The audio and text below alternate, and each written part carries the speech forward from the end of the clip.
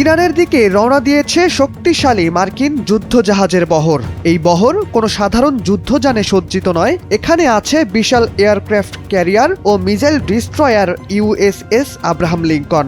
মার্কিন এই যুদ্ধযানের কাফেলার শেষ গন্তব্য হল গলফ উপসাগরীয় অঞ্চল, যেখান থেকে মধ্যপ্রাচ্যের দেশগুলোকে শাসন করতে চান মার্কিন প্রেসিডেন্ট ডোনাল্ড ট্রাম্প।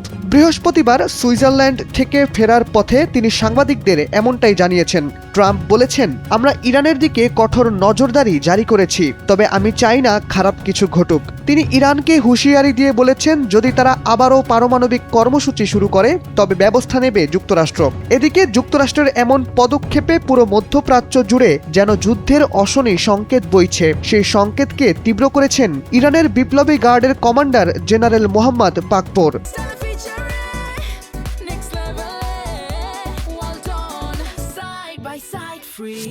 ট্রাম্পের ধৃষ্টতার জবাব দিয়ে তিনি বলেছেন, আঙুল আছে ট্রিগারেই, অর্থাৎ যুক্তরাষ্ট্রকে কোনো অংশেই ছাড় দিতে চাইছে না আয়াতুল্লাহ খামেনির দেশ।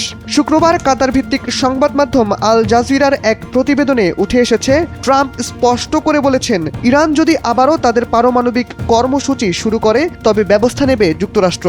এদিকে ট্রাম্পের এই কৌশলকে ক্যারিবিয়ান সাগরে সামরিক শক্তি বৃদ্ধির উপায়ের অনুকরণ বলে মনে করছেন সামরিক বিশ্লেষকরা। তারা বলছেন, প্রথমে ক্যারিবিয়ান সাগরে সামরিক শক্তি বৃদ্ধি করেই ভেনিজুয়েলায় অভিযান চালিয়েছিল যুক্তরাষ্ট্র।